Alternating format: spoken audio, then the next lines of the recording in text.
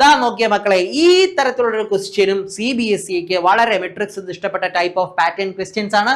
ദാ നോക്കുക, 2x - 1 3x 0 y square - 1 is equal to x plus 3 12 0 35. അങ്ങനെയാണെങ്കിൽ വാല്യൂ ഓഫ് x - y. അപ്പൊ രണ്ട് മെട്രിക്സ് ഈക്വൽ ആണെന്ന് പറഞ്ഞിരിക്കണം. അപ്പൊ രണ്ട് മെട്രിക്സ് ഈക്വൽ ആണെങ്കിൽ കറസ്പോണ്ടിങ് എലമെന്റ്സ് എന്തായിരിക്കും? ഇവിടെ സെയിം ആയിരിക്കും. അപ്പൊ ഇവിടെ 2x - 1 x plus 3 ഈക്വൽ ആണ്. വളരെ സിമ്പിൾ ആയിട്ട് ചിന്തിച്ച് ഒറ്റയടിക്ക് ഇവന്മാരെ ഇക്വേറ്റ് ചെയ്ത് കഴിഞ്ഞാൽ ഇവിടെ എന്താണ്? 3x.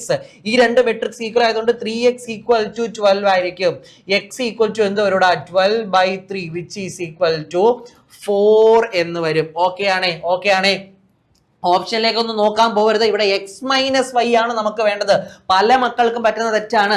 ഇവിടെ 4 കണ്ടിട്ട് ചാടി ഓപ്ഷൻ ക്രോസ് ചെക്ക് ചെയ്യാൻ പോകും. നമുക്ക് വേണ്ടത് x - y ആണ്. ഇനി എന്ത് ചെയ്യണം? y² - 1 = 35 എന്നുള്ള സാധനം ഇക്വേറ്റ് ചെയ്യാം. y² - 1 = 35 എന്ന് ഇക്വേറ്റ് ചെയ്താൽ y² എന്ന് പറഞ്ഞാൽ എന്ത് കിട്ടും? 36 എന്ന് കിട്ടും. y² 36 ആണെങ്കിൽ ഇവിടെ രണ്ട് വാല്യൂ വരും. y എന്ന് പറഞ്ഞാൽ എന്ത് വരും? y = പ്ലസ് ഓർ മൈനസ് 6 വരും. y = 6 വരാം, y = -6 വരാം. അപ്പൊ x = 4 y = 6 ആണെങ്കിൽ x - y എന്ന് പറഞ്ഞാൽ എത്ര വരും? 4 - 6, അത് -2 എന്ന് വരും. 4 - 6 -2.